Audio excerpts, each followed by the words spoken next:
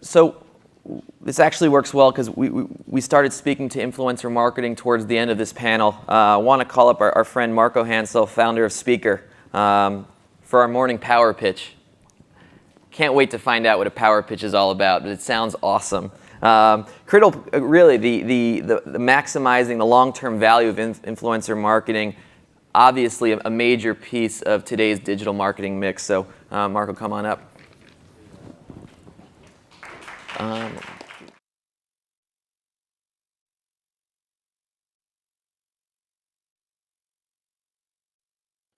Let's see. All right, we're going to wing this, see if we press buttons and actually have something happen. So yeah, I mean, perfect segue. Thank you guys for mentioning influencer marketing so many times because it really, really allowed me to cue this up. I think probably the second best thing that I love is brand partnerships. I'm a little bit biased since I run an influencer company, but when you start looking at that transition between large sort of publishing entities and the power of people like The Rock and the like, we start getting into this area where instead of just being a part of a conversation and finding a way to insert your brand into it, you can actually become the conversation. That's what we're going to talk about with expressing long-term value amongst influencer marketing. So first off, just to figure out who actually cares about influencer marketing here, show of hands, who thinks that influencer marketing doesn't work? Really? Nobody? All right, let's see what button we press.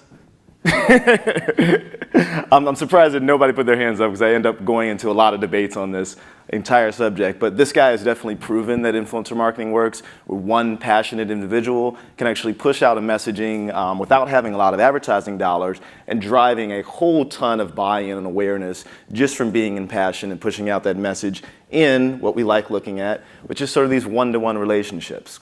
Right, influencer marketing has always been about that one individual saying, hey, I've got the best wheels, and everybody else wants those wheels, right? We've gone from word of mouth to, as we've heard, transitioning into letters, into posters, trying to find ways to drive more and more people, trying to find scale through newspapers, radio. I'm trying to find ways to target, trying to find ways to control our messaging, and then consumers found ways to block us. Consumers wound into TiVo. Consumers found ways to go through ad blocking. And we end up right back at word of mouth marketing. Why? Because people trust people and not ads. As a matter of fact, 92% of people say that they trust peer recommendations over ads. So why not just rush directly into influencer marketing? Because not all influence is controllable. So we don't know what the messaging is going to be. The fact that we have human beings that are actually behind this stuff oftentimes means that just the figuring out hashtags, FTC compliance and the like can become issues. Not all influence is predictable, like Donald's hair. Which way is it going? We don't know, right? So within that area, obviously, being able to figure out what the results of influencer marketing are going to be oftentimes becomes like trying to catch lightning in the bottle. We don't always have those rock scenarios. We don't always have the Donald scenarios. And then lastly, not all influence is scalable. So sometimes all we have is that one impassioned person, and we can't really find those additional niches of people that will be able to spread that message at a much larger scale that actually starts competing with our traditional media. But at the end of the day, influencer marketing is so important that we have to get it right. The reason being is that only 3% of the people generate over 90% of all the conversations online. So it's a very small select group of people that are driving a bulk of those conversations. These big influencers, those people that are actually pushing out the FIFA content and the like, those are the edge cases that are driving so much of the influence and so much of the conversation that's not being driven by you, the brand, but it's being carried on into the day-to-day communication. At the end of the day, long-term value, which is what we're here to talk about, can actually come from short-term decision-making. So it's not about trying to find that one big person or that one big splashy campaign. The Pokemon Go's of the world and those things that are very stunty, they only happen once in a blue moon.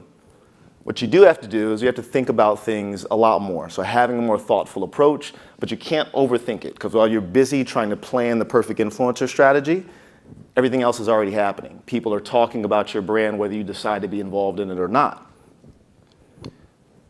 one of the things that you do need is data, but the data itself can't actually measure influence entirely on its own. The data would have told us that Donald didn't even want to be president, right? But we actually ended up using that data to start trying to understand and predict ways that we can guide human. So if we were able to merge together both human and technology, we'd have the total story. We'd be able to take the human insights and use technology to actually guide the actual training of those data sets, and then use the tech to tie together the technology with human context so that the tech actually has some of those human unpredictable things that we don't know about.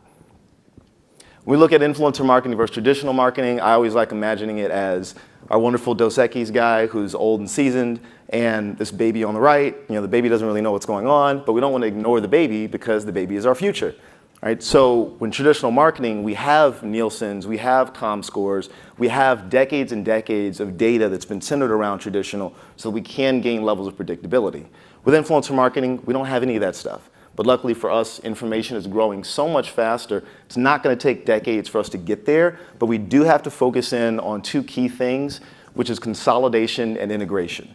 So unfortunately, I don't have like a very simple strategy for you. This is more of a overarching theme of how do we start consolidating influencer practices? How do we move away from these fragmented approaches towards working with thousands of different vendors, thousands of different influencers, and not having one central place to actually monitor that? And that comes from developing solutions that are actually controllable, predictable, and scalable. Working into an area where you can actually have all of your data in one house, where you can actually work with and start looking at Twitter, Instagram, Vine, Snapchat under one view. That's what we've done at Speaker. A lot of you guys in the audience are actually already a part of this family, which is really cool. And the entire approach of grouping together human and technology, consolidating and moving away from a fragmented industry is what our goal is. I would strongly suggest that you ask your social media person or your influencer person about this. And if not, you should also just talk to me or talk to Jonathan over there with the glasses afterwards. Look forward to having more thorough conversations. I can talk about this way more than 5 minutes, but that's all I had. So thank you guys.